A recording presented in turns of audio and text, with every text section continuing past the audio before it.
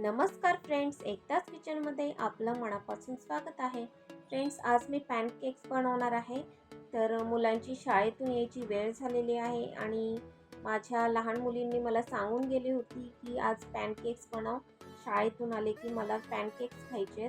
तर मी आज खूपच झटपट पद्धतीने पॅनकेक्स बनवले आहेत. मी नेहमीच बनवते, तर खूपच छान रेसिपी आहे, झटपट होणारी आहे आणि मुलांना खूपच हे पॅनकेक्स आवडतात आणि तुम्ही देखील नक्की करून बघा. रेसिपी अगदी साधी सिंपल आहे आणि झटपट होणारी आहे.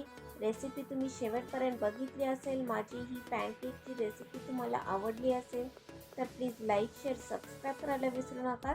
चला तर मग वेळ न घालवता रेसिपीला आपण सुरुवात करूया. एका बाउलमध्ये आपण दूध घेतलेले आहे. दूध मी अंदाजे घेतलेले आहे, 2 वाटी दूध असेल.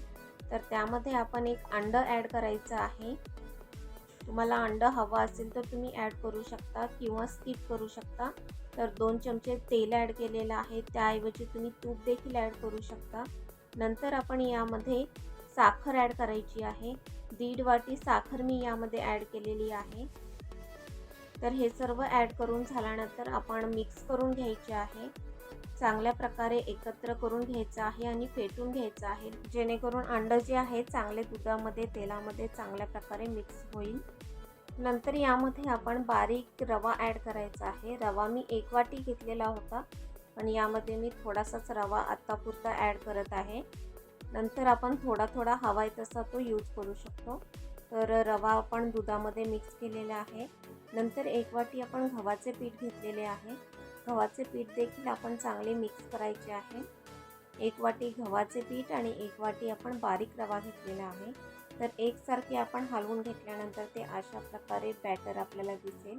नंतर आपण बॅटर हलवून झाल्यावर त्यामध्ये आपण 1 चमचा कोको पावडर ॲड करायची आहे. चॉकलेट पावडर ॲड करायची आहे. चॉकलेट पावडर आणि इसेन्स चांगल्या प्रकारे आपण बॅटरमध्ये मिक्स करून घ्यायचे आहे. ज्याप्रमाणे आपण एका साईडनेच फिरवतोय त्याप्रमाणेच आपण एकसारखेच एका साईडने फिरवून घ्यायचे आहे. नंतर आपण त्यामध्ये बॅटर जे आहे आपलं पॅनकेकचं ते पातळ झाल्यामुळे आपण त्यामध्ये गव्हाचे पीठ ॲड केलेले होते. परत एकदा ॲड केल्यानंतर आपण ते चांगले मिक्स करून घ्यायचं आहे, जेणेकरून ते सर्व बॅटर जे आहे ते एकसारखे मिक्स होईल. नंतर आपण त्यामध्ये खजूर ॲड केलेले आहे. ओले खजूर जे आहेत ते मी बारीक बारीक चिरून घेतलेले होते. ते खजूर आपण त्यामध्ये ॲड करून मिक्स करून घेतलेले आहे. नंतर आपण त्यामध्ये बेकिंग पावडर ॲड केलेली आहे. सर्वात शेवटी जे आहे ती आपण बेकिंग पावडर यूज करायची आहे, जेणेकरून जो बॅटर आहे केकचा तो चांगल्या प्रकारे तयार होईल. सर्वात शेवटी जेव्हा आपण केकही बनवतो त्यावेळेस देखील आपण ते सर्वात शेवटी वापरतो.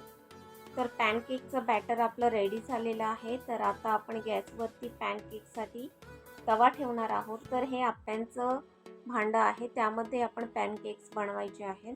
तर अशा पद्धतीने आपण एक एक करून त्यामध्ये केकचं जे बॅटर आहे ते ॲड करायचं आहे. नंतर आपण त्यावरती झाकण ठेवणार आहोत. झाकण ठेवल्यानंतर बघू शकताय की ते चांगल्या प्रकारे शिजलं जाईल आणि अशा पद्धतीने आपण त्याला कोणत्याही प्रकारे तेल वगैरे काहीही न लावता आपले पॅनकेक्स आहेत सहजच निघत आहेत, बघू शकताय. आणि शिजले देखील आहेत छान प्रकारे आणि सुंदर देखील दिसत आहेत. तर आता आपण हे सर्व पॅनकेक्स डिशमध्ये काढून घ्यायचे आहेत आणि आपले पॅनकेक्स जे आहेत ते खूपच छान पद्धतीने तयार झालेले आहेत. तर पॅनकेक्स तुम्हाला हवे असतील तर चॉकलेट सिरपसोबत तुम्ही खाऊ शकता, पण माझ्या मुलींना मधासोबत खूप आवडतं.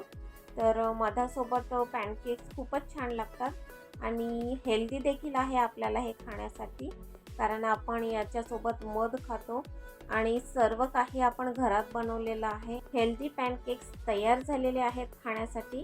तर हे पॅनकेक्स आहेत ते लहानांपासून मोठ्यांपर्यंत आवडतील. तुम्ही नक्की ट्राय करून बघा आणि लहान मुलांना तर खूप आवडेल. आणि माझे देखील पॅनकेक्स हे खूप आवडीचे आहेत, खूपच छान आणि टेस्टी लागतात.